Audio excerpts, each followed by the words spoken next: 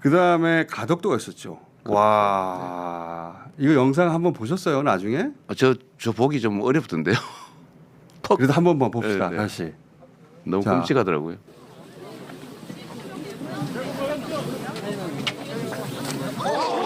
어우, 정확하죠.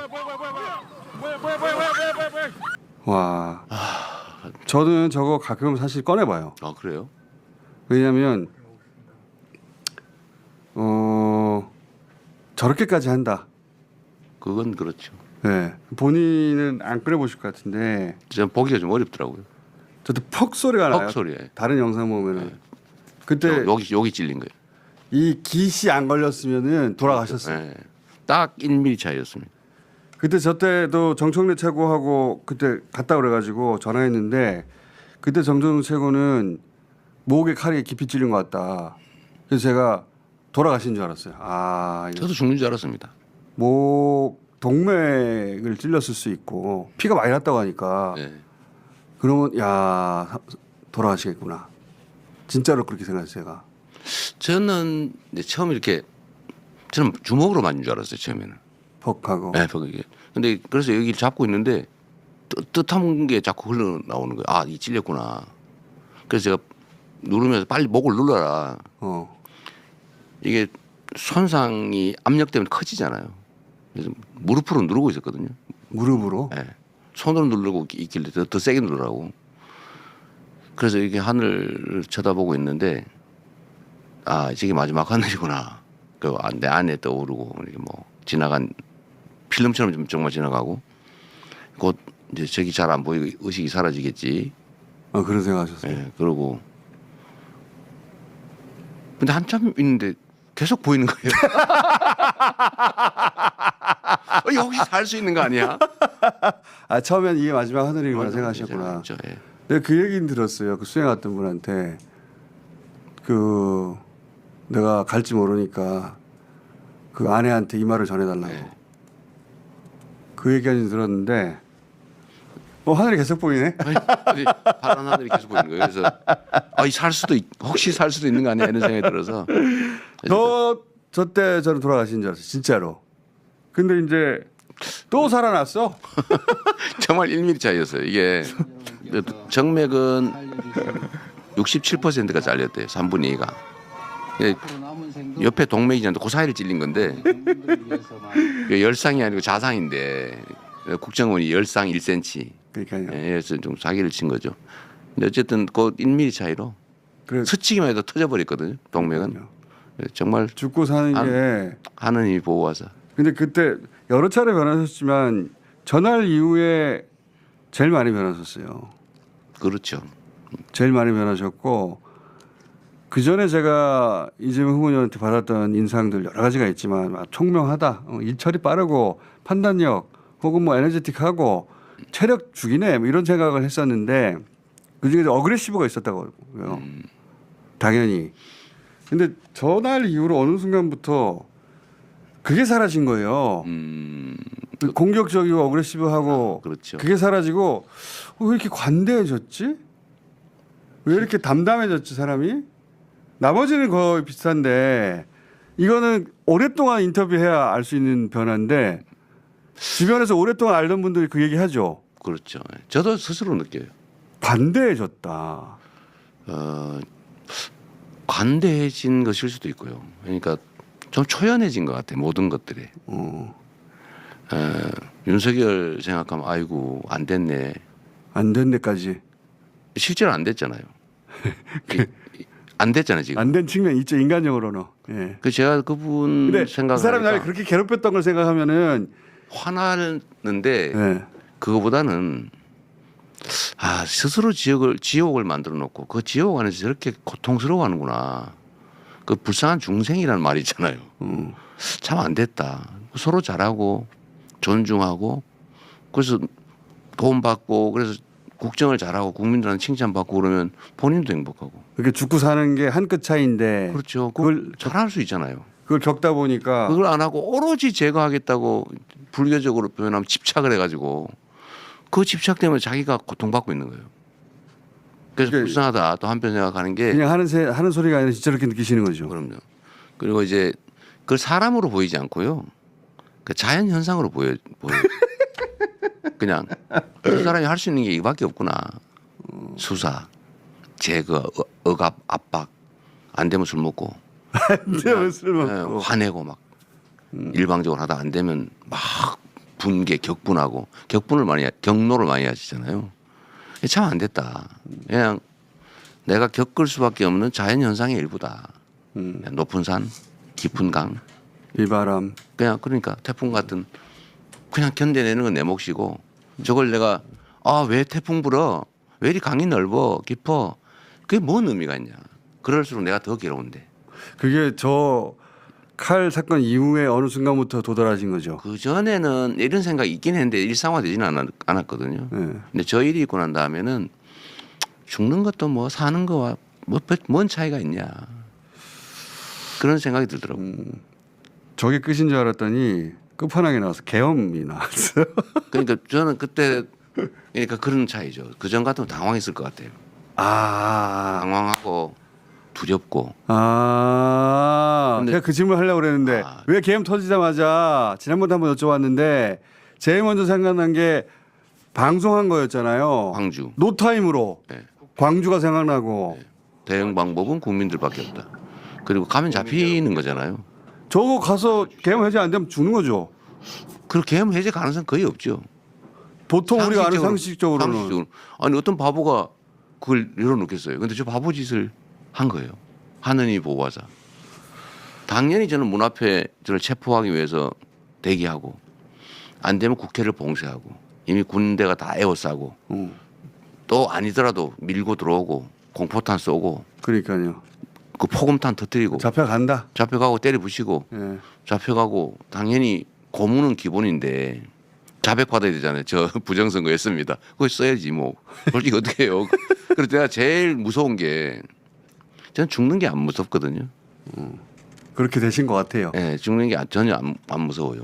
근데 전혀 안 무서운데 야구 방망이는 무섭더라고. 야구 방망이로 때리면 차라리 칼, 뭐 총 깔끔하게 그건 괜찮은데 야구 방망이는 진짜 머리 끔찍한 거예요.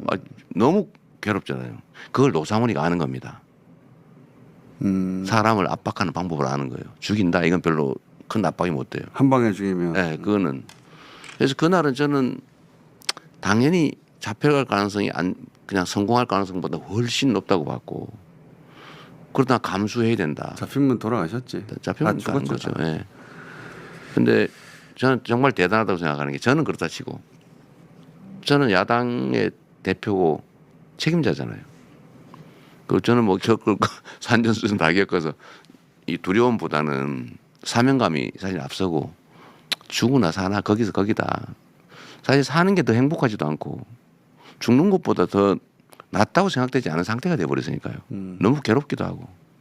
그 지옥을 겪는 동안. 네, 지옥이니까. 그 지옥에서 덜 괴로운 방법은 그냥 인정하는 거예요.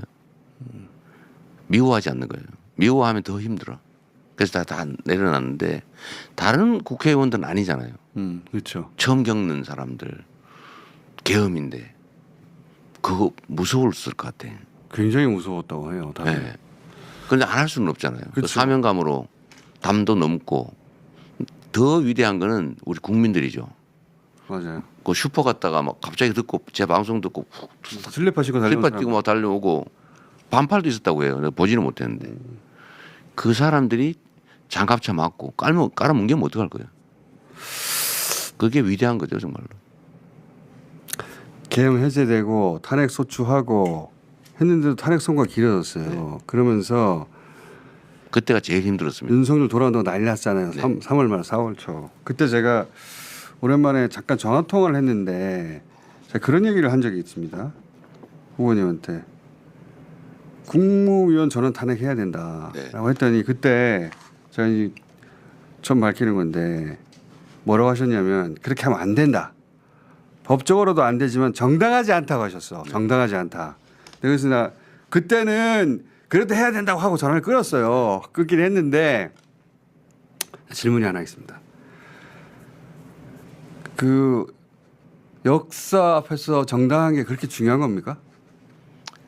그 합법 불법 정당 부정당 그 문제도 있는데 사실 그게 제일 나은 해결책이 저는 아니라고 봤어요.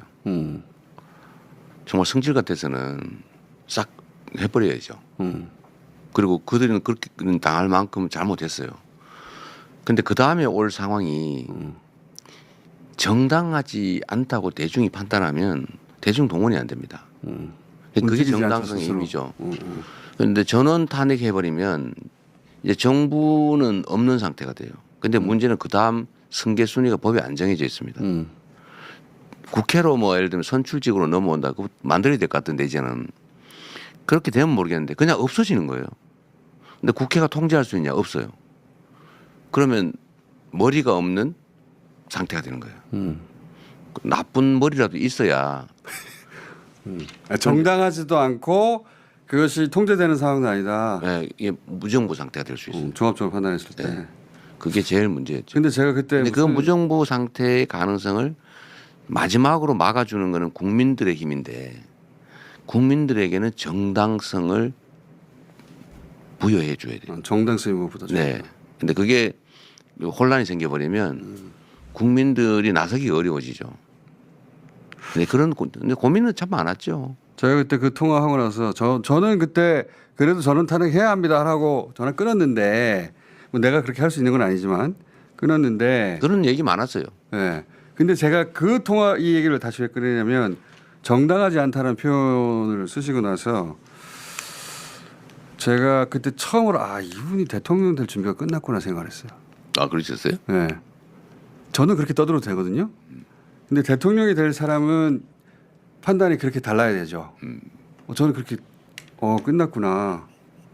그렇지. 대통령이 될 사람은 그렇게 판단해야 되지. 언제나 전체를. 뭐 제가 뭘 한다는 게 아니고 언제나 전체를. 그때 그 생각을 했고 그 다 끝난 줄 알았더니 또 대법원이 파기환송을 제가 이 많은 과정 중에 제일 황당한 거였어요. 다른 것들은 어느 정도 예측을 했는데 이거 예측 못하셨죠? 이거 전혀 예측 못해. 대법원이 이렇게까지 노골적으로 대선에 개입하나? 진짜 아무도 예측 못했어요. 그 일종의 특종일 수도 있는데 네. 그 얘기를 하면 대법원 쪽에 저한테 직접은 안 오지만 이 소통들이 일부잖아요. 예. 사람 사는 세상에 이게 없을 수 없거든요. 제가 들은 바로는 빨리 정리해 주자였다고. 저도 비슷한 얘기 들었어요. 빨리 기각해 주자. 깔끔하게.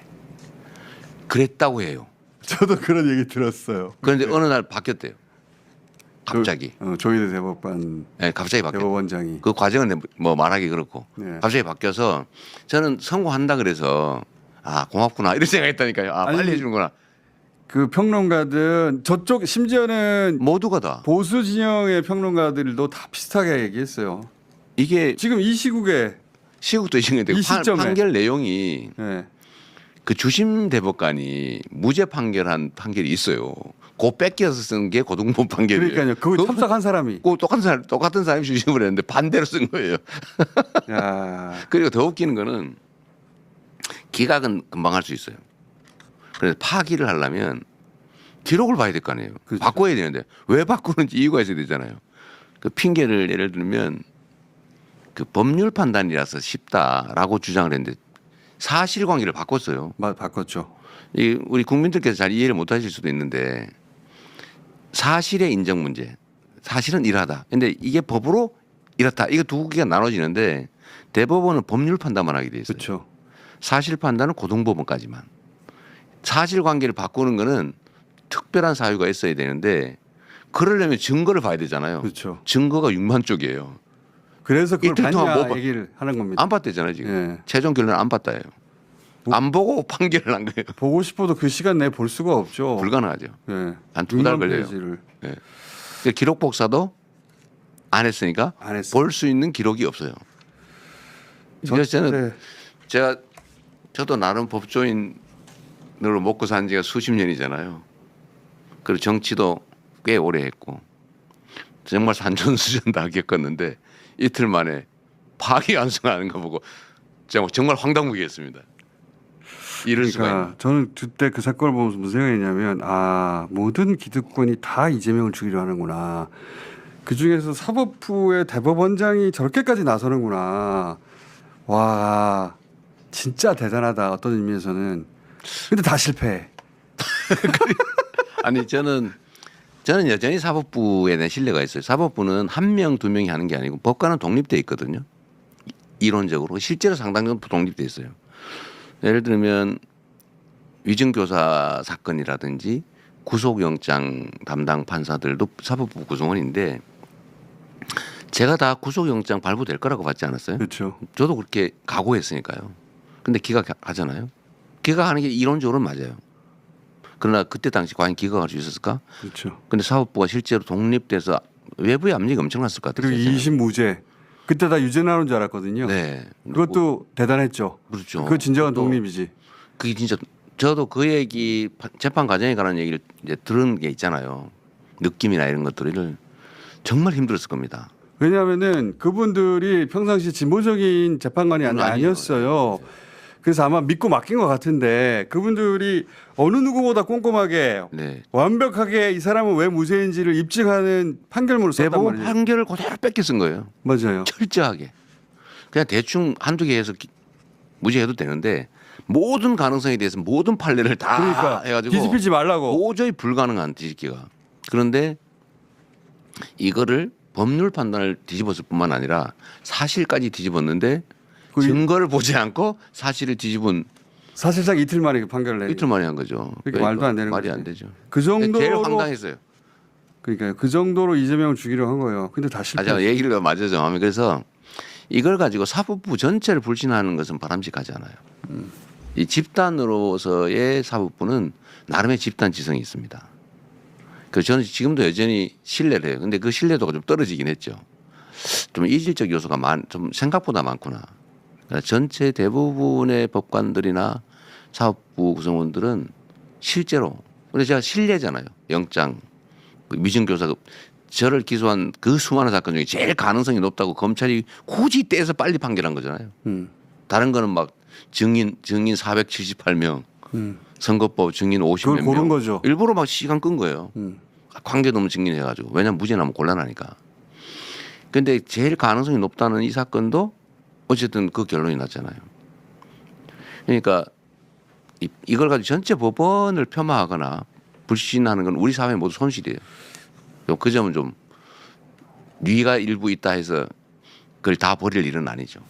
지금 밖에서 막 다음 일정 때문에 네네. 독촉이 한참인데 저도 이제 민간인으로 만나는 건 마지막이니까 뭐 모릅니다. 네, 아직 40몇 시간 남았어요. 뽕좀 30, 뽑고 30 갈게요. 몇 시간, 네. 자, 몇 가지 질문 안 남았는데 네, 그랬어요.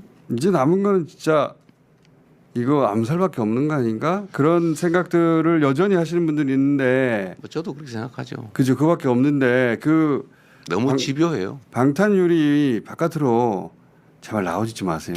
아니, 저는 사실 말씀드렸잖아요. 첫 번째로는 죽이려고 하면 어떻게든 못 죽이겠냐 이 생각이 하나 있고 그걸 가린들 그 전에 뭐 다른 방 돌아다닐 때 얼마든지 노출돼 있죠.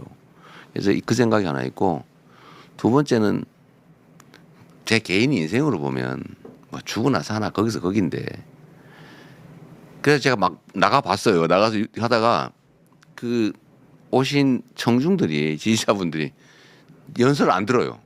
들어가! 당연하죠. 들어가! 그래가지고 전부 얼마나 소리를 불안한데요. 질러가지고 제가 한번 나갔다가 도로 들어왔어요. 얼마나 불안한데요. 본인이야 삶과 죽음이 사람의 손에 달린 게 아니구나. 네. 그런 경험을 무수히 하고 거기까지 갔지만 저희는 저희가 생각했던 도구로서 그렇죠. 이재명이 사라지면 어떻게 해요. 도구인데. 네, 맞아요. 절대 안 되죠. 오늘 7시에 마지막 유세라면서요. 여의도에서. 7시인가요? 어쨌든 여의도에서 마지막. 예. 그때 밖으로 나오지 마세요.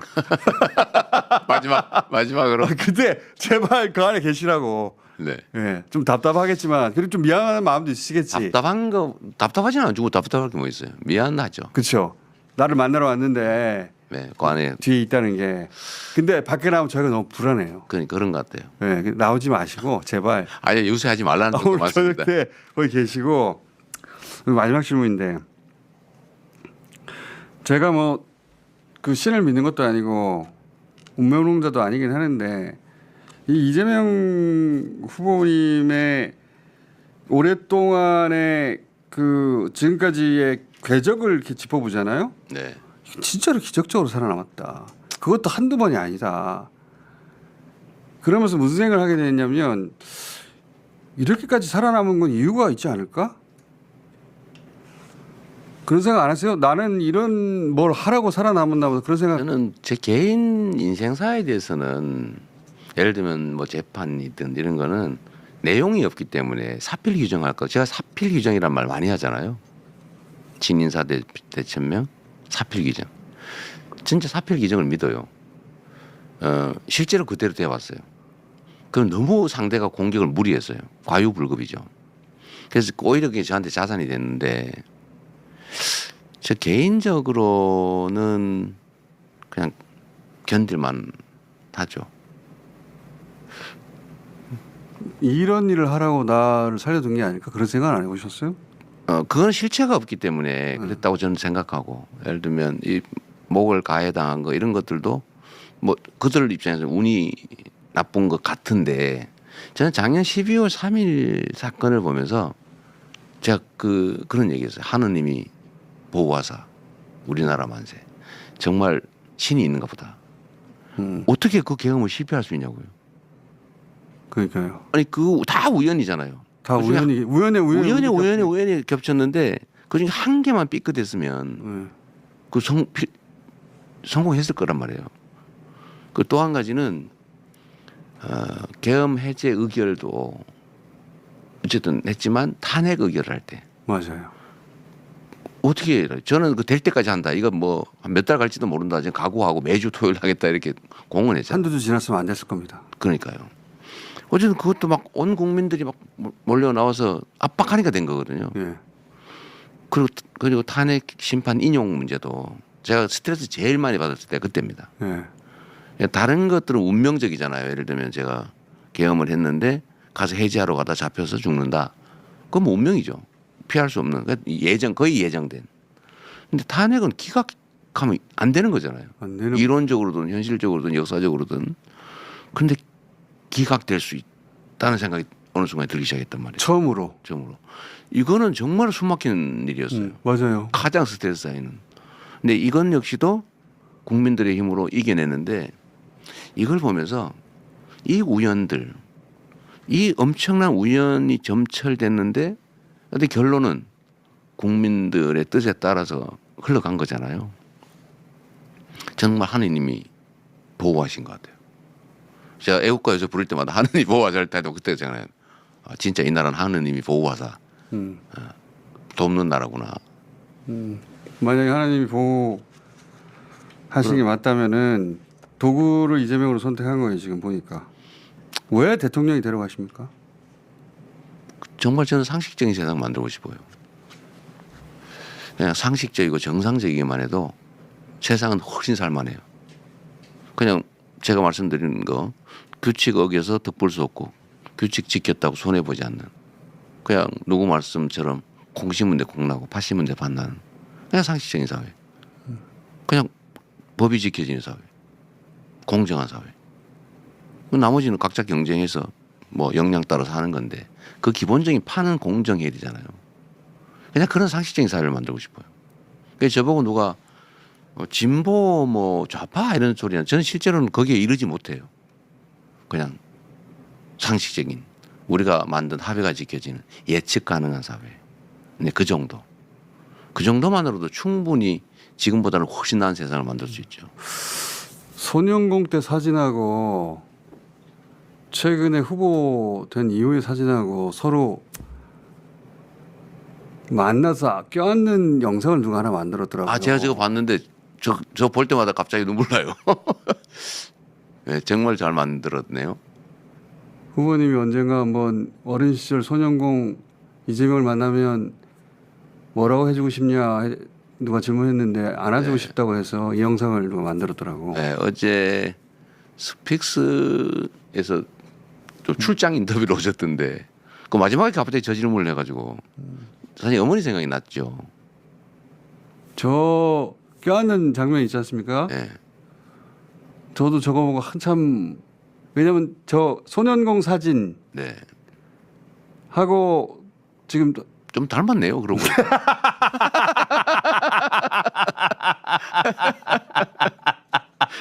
자, 눈은 좀 흘러내렸습니다. 세월이 지나 살이 좀 흘러내렸어요. 지금 50년 후네요. 50년 후. 그쯤 되겠네요. 15살 이런 저때 껴안고 무슨 얘기를 해줄 건지는 얘기가 필요하겠어요. 대선이 끝나고 나서 제가 한번 여쭤볼게요. 어쨌든 저 장면, 그러니까 저 사진을 보면 어머니 생각나죠. 저는 어머니가 가슴 아팠을 게 가슴 아파요. 지금 모습을 보셨으면 좋았을 텐데. 그렇죠. 그 얘기도 선거 다 끝난 다음에 하시죠. 네. 어쨌든 제 시장 출마하고 어쨌든 그 과정에 가장 고통받으셨죠. 어디로 들어가십니까? 근데 용산으로 가십니까? 아니 뭐 결과가 나온다면. 저는 또 지금 그런 얘기하면 또 뭐 다 된 것처럼 이렇게 할 가능성이 있어서 알겠습니다. 그러나 일반적인 얘기를 하면 예. 농산으로 가는 게 맞습니다. 너무 많은 비용이 들고 시간도 많이 걸리고 고생도 심하고 빨리 청와대를 수리해서 기간 동안만 있다가 청와대로 가야죠. 일단 용산으로. 돈 들여가지고 왜 그런 짓을 합니까? 보안도 안 되는데. 자, 그게 뭐 용산 용의 여의주 자리라면서요? 다 끝나고 언제쯤 다시 인터뷰를 하실 수 있을래나? 6월이 가기 전에는 한번 해주세요. 짧게라도. 결과가 어떻게 될지 모르지만 예. 뭐 인연이 끊어지게 하겠습니까? 그러니까요. 6월이 가기 전에 네. 연락하기도 굉장히 어려워지겠네. 떨어져서 하는 고통이 없었으면 좋겠네요. 그때는 제가 연락 안 하죠. 감사합니다. 연락 드리면 잘 된 거죠. 예. 그때 연락 드릴 때 연락 맞습니다. 야 생까지 마시고. 네, 감사합니다. 그때 다시 뵙겠습니다. 감사합니다. 네, 감사합니다. 네. 수고하셨습니다.